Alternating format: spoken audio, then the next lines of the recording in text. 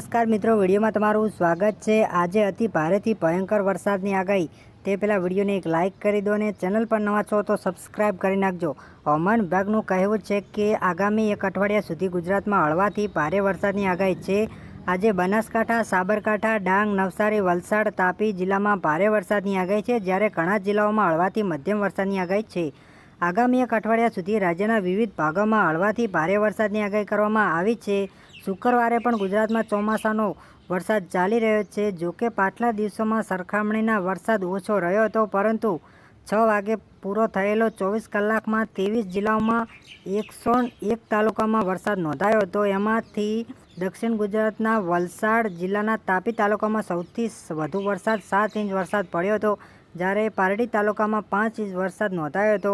સવારે 6 વાગ્યાથી રાત્રે 8 વાગ્યા સુધીમાં સૌથી વધુ 2.5 ઇંચ વરસાદ આણંદ જિલ્લાના તારપુરા અને પેટાદ તાલુકામાં નોંધાયો હતો। સુરેન્દ્રનગરના ચુડા તાલુકામાં લગભગ 1.5 ઇંચ વરસાદ પડ્યો હતો, જ્યારે